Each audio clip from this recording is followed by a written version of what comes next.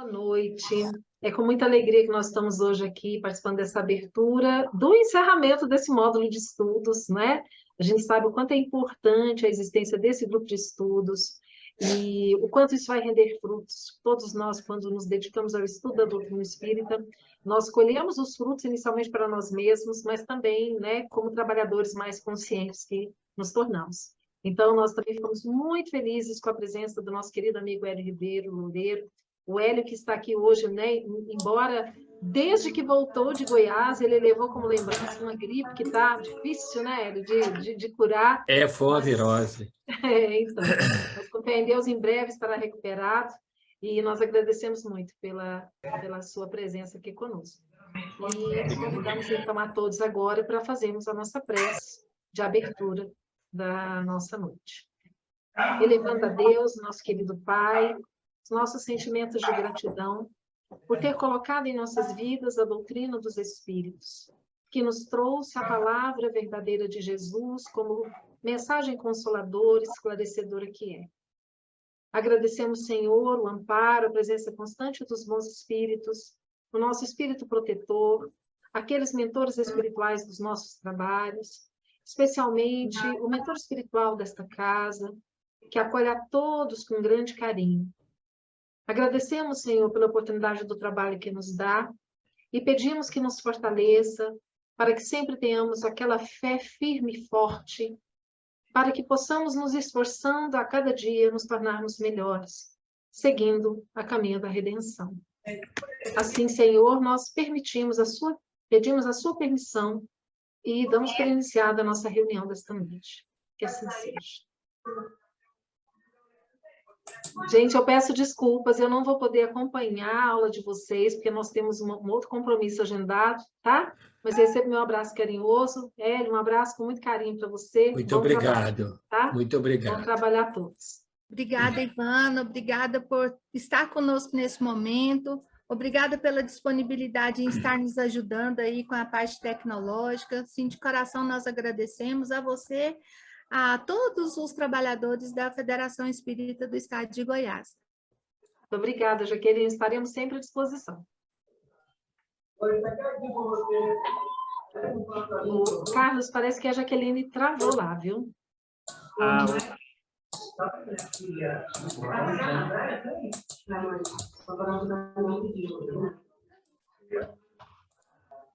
Carlos, acho interessante você ir fechando o áudio das pessoas que forem entrando e ter o controle, porque senão vai ter muita interferência de som, né? Isso. Você fica vigiando aí a entrada e fechando, porque interfere muito quando abre assim. Ok. Vamos ver se ela volta. Aquele acho que caiu. Ela caiu, sim. Ela vai ter que sair e voltar. Justo. O Carlos, na sequência, agora a gente já passa para o Hélio, a palavra?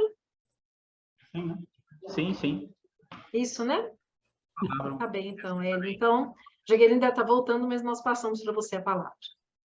Muito obrigado, agradeço muito, viu, Ivana, o carinho de você estar conosco na abertura dos trabalhos. Muito obrigado, viu?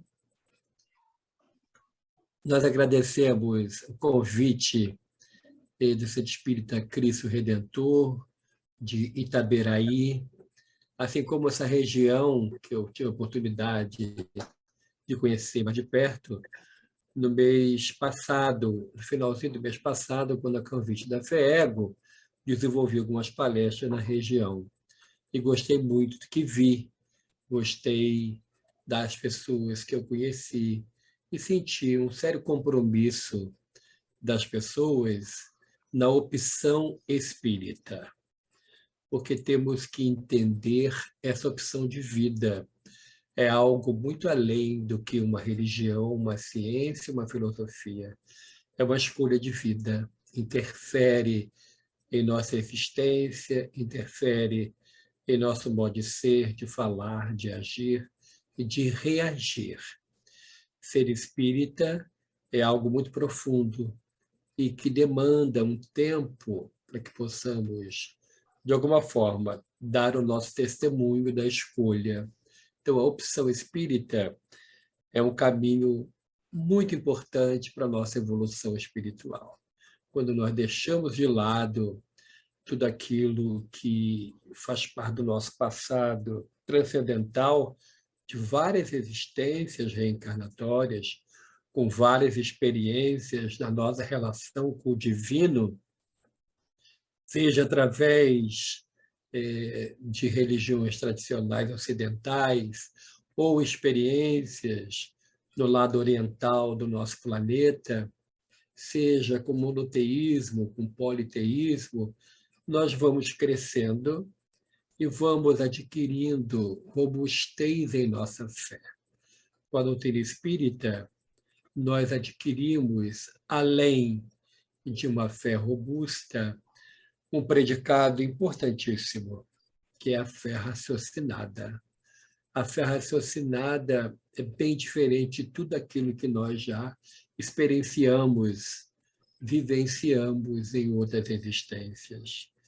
É algo que faz um diferencial grandioso para nós, inclusive no tocante ao relacionamento com os outros companheiros de outros credos, porque a nossa fé, ela é, na essência, raciocinada. E isso traz consequências belíssimas, frutifica em nossa existência tudo isso que nós vamos conceber e exercitar no cotidiano, dando testemunhos diários dessa fé que renova. Parafraseando Paulo de Tarso, quem conhece Jesus, nova criatura é.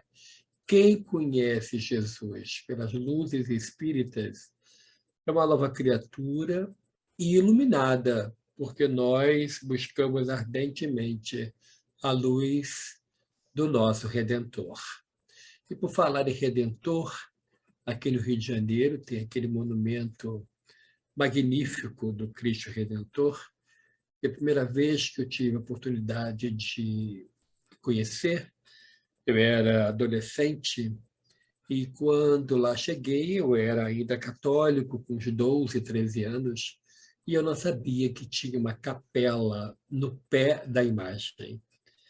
E um católico muito praticante, quando lá cheguei, eu vi a capelinha que estava fechada, dedicada a Nossa Senhora Aparecida. E daí a pouco veio o zelador, abriu a capela e eu pude ver. É um espaço físico pequeno, mas de uma grandiosidade espiritual, porque as pessoas que vão até lá, e não é qualquer pessoa que pode ir, porque o acesso é pago e não é barato, é algo voltado para os turistas. Quem consegue chegar lá fica maravilhado com a grandiosidade da obra de Deus. Vê de lá de cima, daqueles quase 900 metros de altitude, observa o mar, a montanha, as montanhas, observa um céu profundamente azul e tão perto de nós. É uma experiência única e que traz para nós uma transcendência muito grande. Então, quando eu li o nome do Centro Espírita, Cristo Redentor, me lembrei desse momento, assim como também de um quadro que eu vi na Igreja Catedral de Santo Antônio, em Pádua, na Itália, um quadro que me impressionou muito. É um quadro que representava a figura de Jesus visitando o umbral, visitando aquela região das trevas, e 1000 mãos se estendiam em busca de Jesus. Eram os atormentados de toda sorte. Eles queriam a Jesus e o quadro belíssimo trazia aquela figura do Cristo Redentor chegando nas sombras, nas furnas, nos locais de dor. Significa a misericórdia de Deus, a bondade de Deus que não tem um fim. E isso tem muito a ver com aquilo que nós aprendemos na doutrina espírita. Um Deus de bondade, um Deus que é justiça, amor e caridade. Então, o nome do centro já é algo que me toca profundamente do Cristo Redentor, porque nós precisamos muito entender Jesus como realmente aquele que vai trazer para nós o ensinamento, que vai trazer para nós o conhecimento que liberta. Então, com esse preâmbulo, eu gostaria de trazer agora o assunto principal, a morte e o morrer. Na questão 154 de O Livro dos Espíritos, Allan Kardec pergunta se a separação da alma do corpo ela é dolorosa, ou seja, a morte dói. Os espíritos reveladores que trabalharam com Allan Kardec afirmam que não, porque é o momento em que o espírito sai de um cativeiro e entra na liberdade. Ele volta para casa, então não dói. E essa questão, em particular, me faz lembrar um fato que eu vivenciei há alguns anos atrás, há quase 20 anos atrás, quando uma grande amiga que vivia numa cidade do Vale do Café Fluminense, bem no meio do estado, Rio de Janeiro, ela era presidente de um centro espírita chamado Oásis no Caminho, na cidade de Piraí, na região, no início da região sul. Geograficamente é centro-sul do estado, 1h40 de distância da onde eu moro. E lá, uma grande amiga que me ajudou muito quando eu fui presidente da Federação do Estado do Rio de Janeiro, no processo de unificação. Me apresentou muitos companheiros presidentes de centros espíritas que não queriam saber da unificação e abriu muitas portas. Eu sou muito grato a ela. E essa amiga me chamou um dia para visitá-la, ela estava enferma, e eu fui visitá-la e ela disse assim, eu recebi um prêmio. E eu fiquei feliz, ao mesmo tempo surpreso, porque ela podia ter dito isso pelo telefone. Ela disse, eu recebi um prêmio, gostaria de falar com você sobre isso. E como nós dirigimos uma creche para 100 crianças, uma instituição, uma parte da Casa Espírita, que é essa creche, um trabalho voltado para famílias que vivem abaixo da linha da miséria, eu disse para ela, olha, você já sabe que eu sou um pidão. Se sobrar algum dinheiro aí nesse prêmio, você pode nos ajudar em nossa creche. Ela falou assim, bom, não é bem esse prêmio. E ela me disse, eu recebi o diagnóstico, eu estou com câncer no rim. No rim. E eu disse, levei um choque, mas disse para ela, olha, está aí um rim, nós temos 2 rins, você pode tirar e viver muito bem com o rim. Ela disse, não, são os 2. E eu disse, bom, hoje a medicina está avançada, tem como se tratar. E ela disse, eu sei que eu vou partir. E você, como é presidente da federação,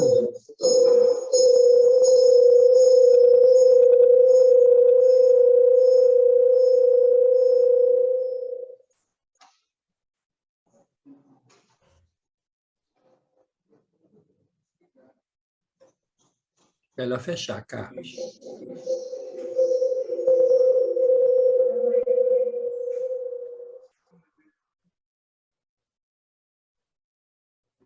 Carlos, pode ser seu celular.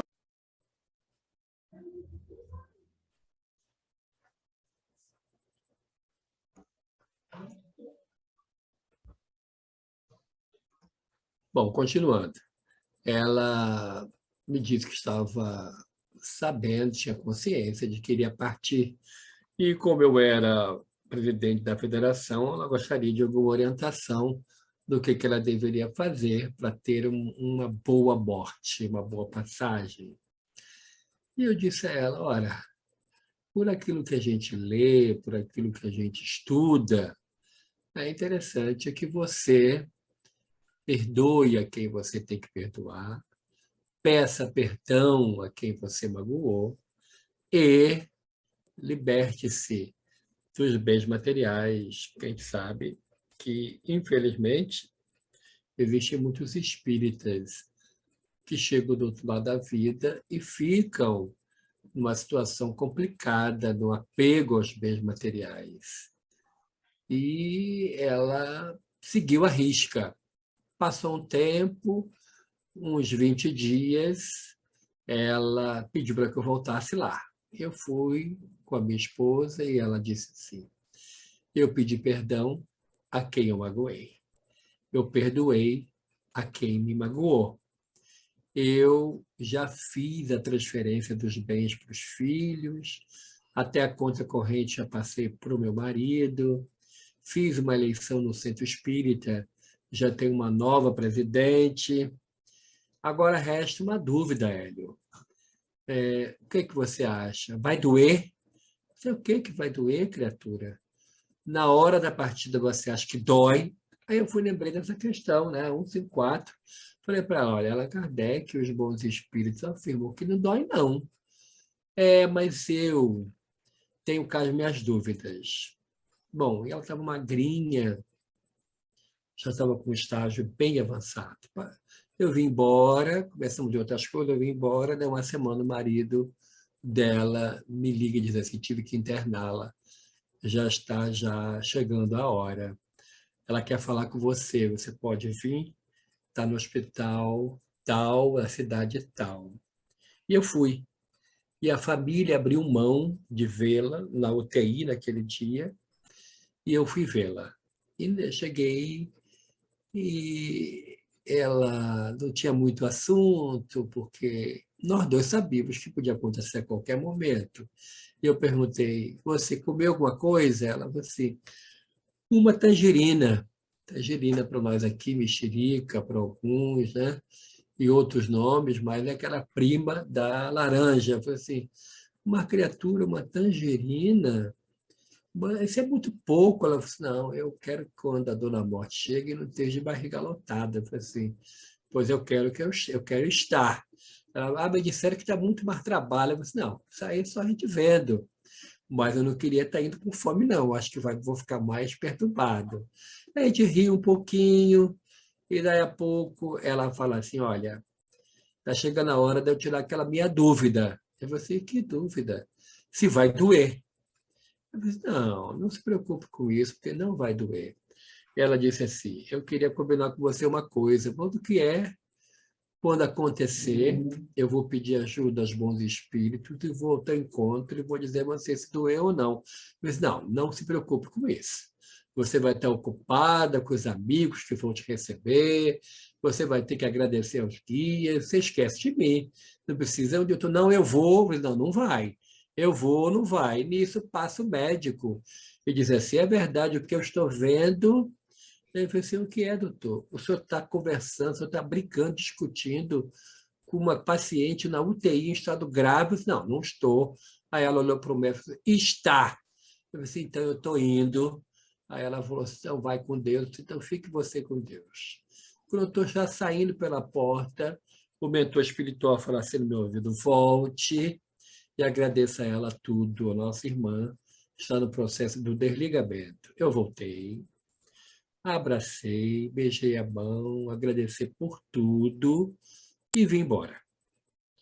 Peguei a estrada, vim para casa.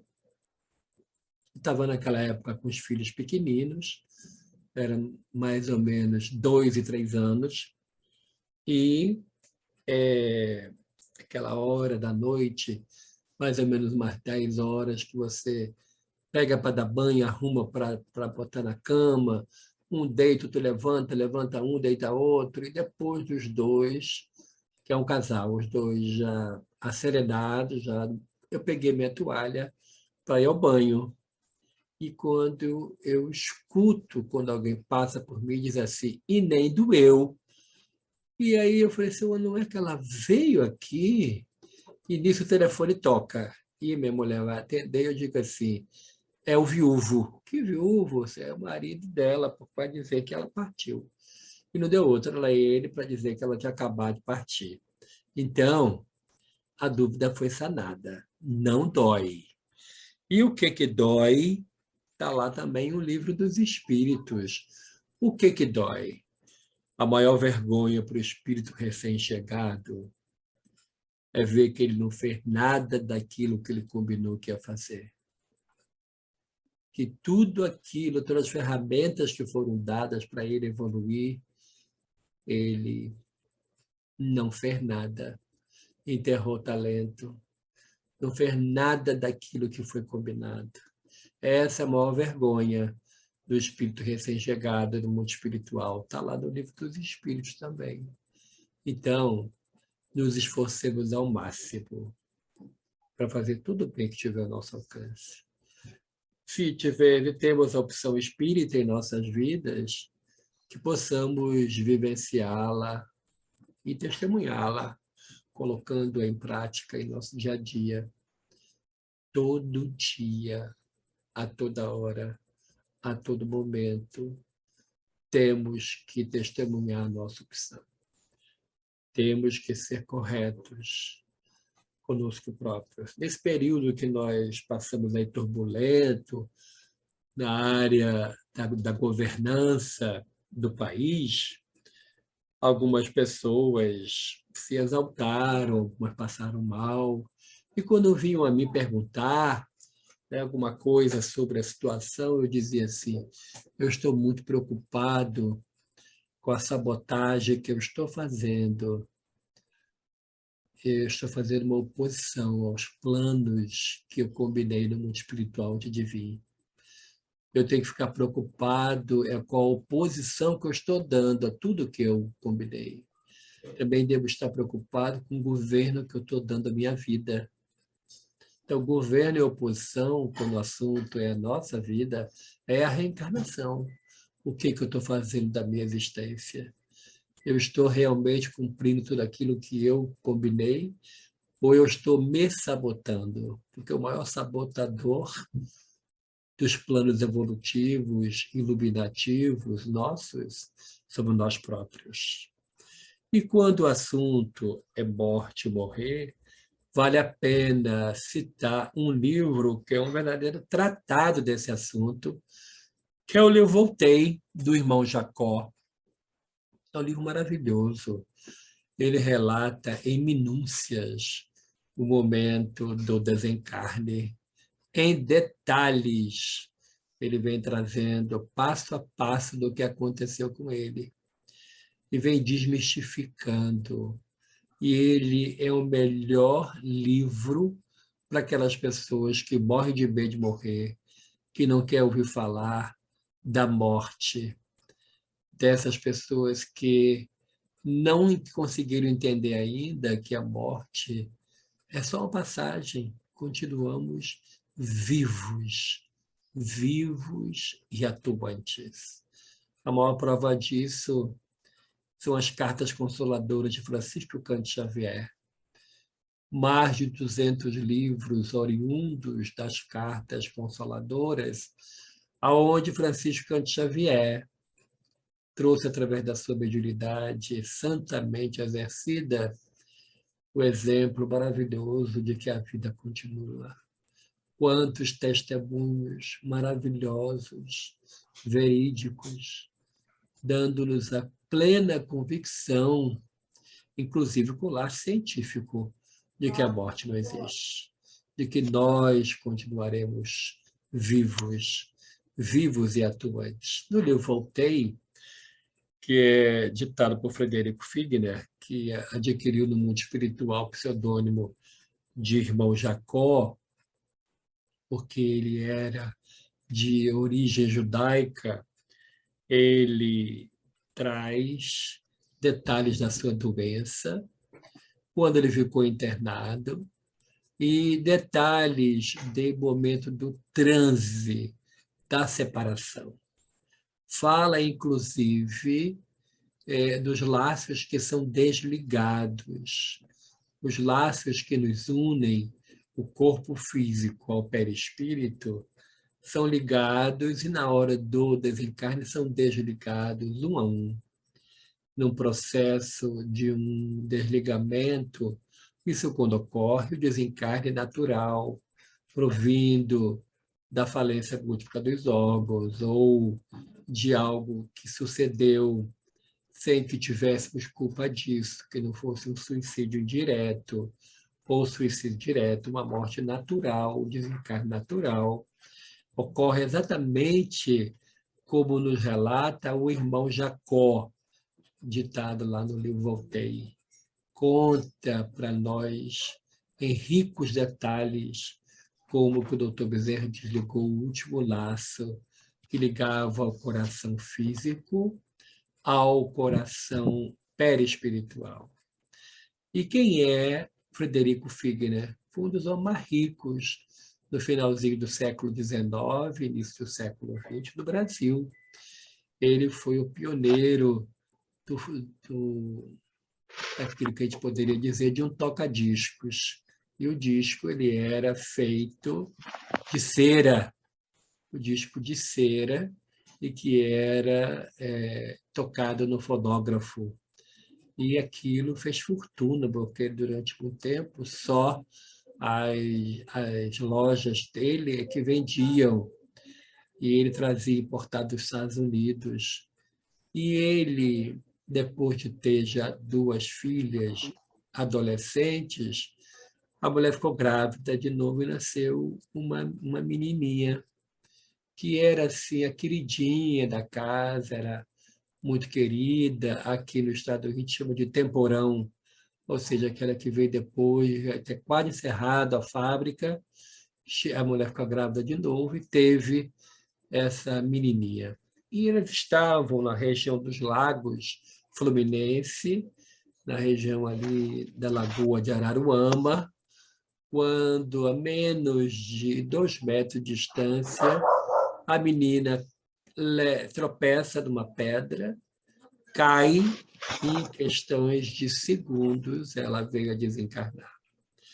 Aquilo foi algo que trouxe um trauma muito grande para o Frederico Figner e para sua esposa. Foi um luto doloroso, um luto que demorou muito para que pudesse sair. E já passado quase 2 anos, eles estavam definhando quando Frederico Figner leu no jornal as experiências mediúnicas de materialização de espíritos produzido pela dona Ana Prado, uma médium em Belém do Pará. E aquela médium, através dela, os espíritos se materializavam, ela doava o ectoplasma e os espíritos se materializavam. Frederico Figner resolve escrever para a dona Ana Prado, perguntando se era possível uma visita à sessão. Ainda na década de 10 do século passado, o transporte era praticamente marítimo, de cabotagem, ou seja, de porto a porto. Demorou quase 2 meses do Rio de Janeiro a Belém a viagem, para que pudesse chegar e participar da reunião. No dia que ele chegou, já se apresentou a dona Ana, era dia de reunião, e eles foram admitidos no pequeno grupo, um seleto grupo, de no máximo 15 pessoas. A médium era amarrada a grossas correntes numa cama, separada por uma cortina, uma luz muito fraquinha numa sala pequenina, todos sentados, Frederico e a esposa na primeira fileira, e uma música suave tocando. Fazia-se uma leitura do Evangelho, uma prece, a música tocando, e daí a pouco a cortina abriu. A cortina abriu, e com quem fica muito tempo na escuridão total consegue enxergar. E ele enxergou, a cortina abriu, o barulho, sentiu um peso que sentou-se no seu colo, e uma mãozinha passou pelo rosto e disse assim: "Não fez a barba hoje, papai?" Era a filhinha dele, que desencarnou aos 5 anos de idade. E aquilo para ele foi algo impressionante. Ele e a mulher choraram muito, se abraçaram com a filhinha materializada, e tudo isso foi relatado num livro publicado pela Federação Espírita Brasileira, o livro de João, ou Trabalho dos Mortos.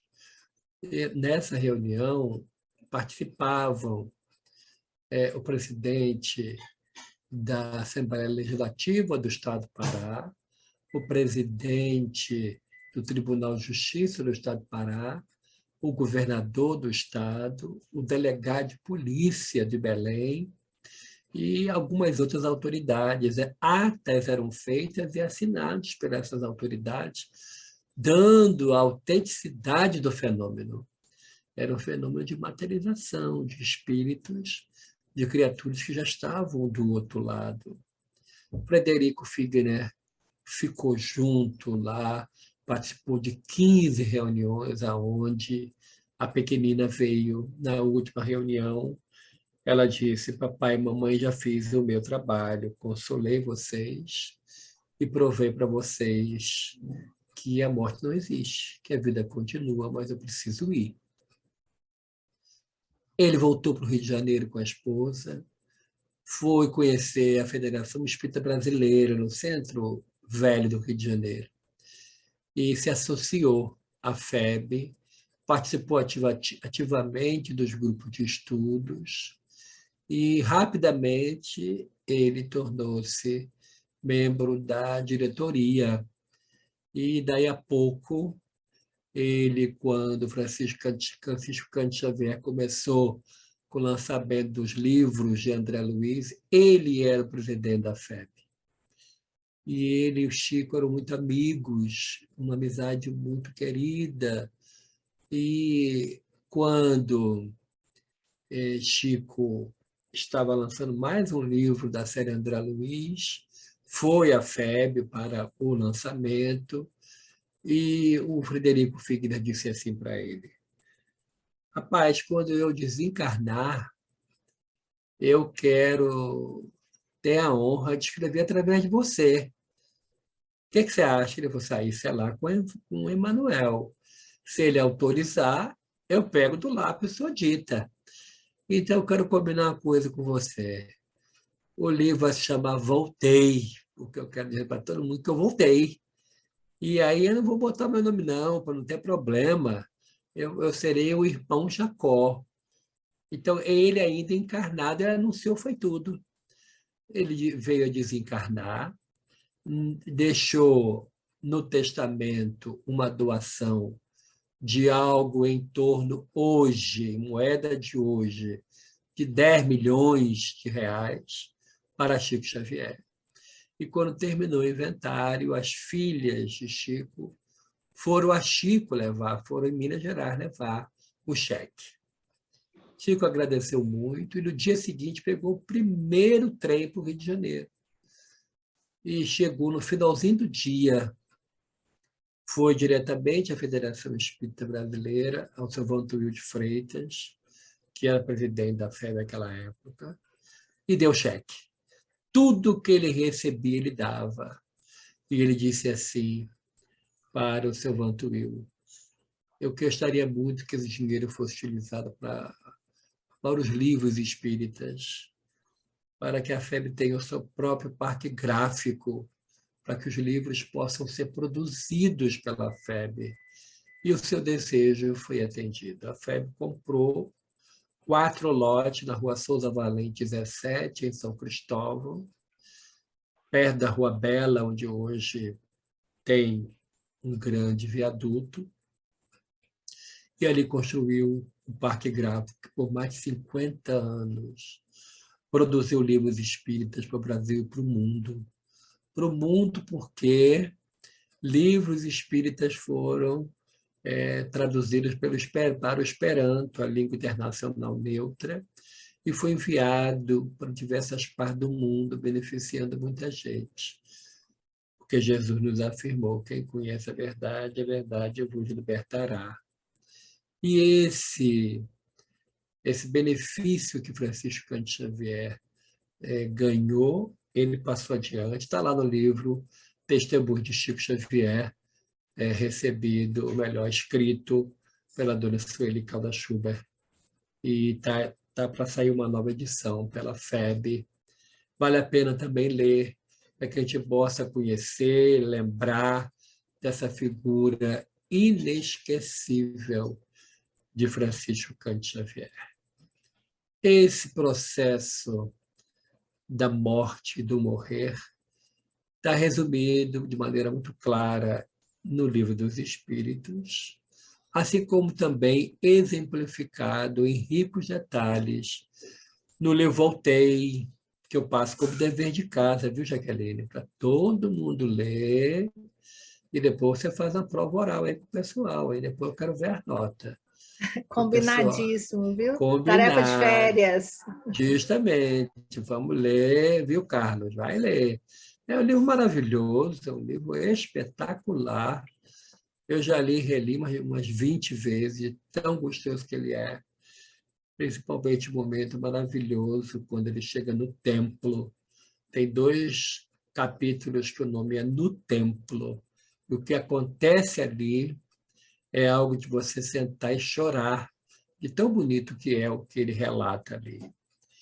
Então, para nós espíritas, não existe isso. Fiquei chocado, fulano partiu. Agora, com as redes sociais, a gente viu aí essa revoada de artistas voltando ao mundo espiritual, e alguns companheiros de fé, companheiros do movimento espírita, eu estou abalado, fulana desencarnou. Ué, abalado por quê? O morrer não é o findar, não. O morrer é o desencarnar. E o desencarnar quer dizer sair da carne e continuar vivo. E quando alguém fala para mim, eu estou assim abalado, fulano de tal, então, olha, aí eu falo assim, se for, por exemplo, um orador espírita, não te preocupe não, que assim que ele recuperar um pouquinho, ele já tem uma agenda lá de muitas palestras para ele fazer. Aí porque Jesus disse que é muito trabalho à nossa espera, né? Que o Pai trabalha, que ele trabalha e que o Pai trabalha até hoje. Então, o desencarne é só uma passagem. Para nós espíritas, medo de morrer é só com aquilo que eu falei lá atrás, eu vou repetir para você meditar, não é para ficar com medo, não, não é para ficar preocupado, não. É para você meditar. O medo de desencarnar será que na hora que eu for chamado, eu já cumpri pelo menos metade do que eu disse que eu ia fazer? Com as ferramentas todas que me foram dadas? Eu fiz ou eu fiquei enrolando? Né? Porque, como dizia essa minha amiga, que eu contei, que disse que nem doeu, ela dizia sempre assim para mim, sobre o trabalhador espírita. Né? E isso é no estado do Rio, viu, Jaqueline? Goiás, não. É só aqui. Que os trabalhadores espíritas podem ser classificados, a grosso modo, com 3 grandes grupos: atuantes, atoantes e atordoantes. O atoantes é aquele que, no dia do evento, ele pega o pano de prato e fica para lá e para cá, para lá e para cá, para lá e para cá. Não faz nada. Não faz nada, a criatura fica nesse. E o fulano, pega aqui essa cadeira aqui, não, já vou aí, já vou aí, já vou aí. Fulano, enxuga aqui essa louça, não, já vou aí, já vou aí. Fica aquele paninho para lá e para cá. O atordoante é aquele que não deixa a criatura trabalhar, ele está falando, ele está falando, ele está falando, está contando caso, ele está contando, ele está falando. E o atuante é aquele que simplesmente não para de trabalhar. É o que trabalha. Em silêncio, mas trabalha.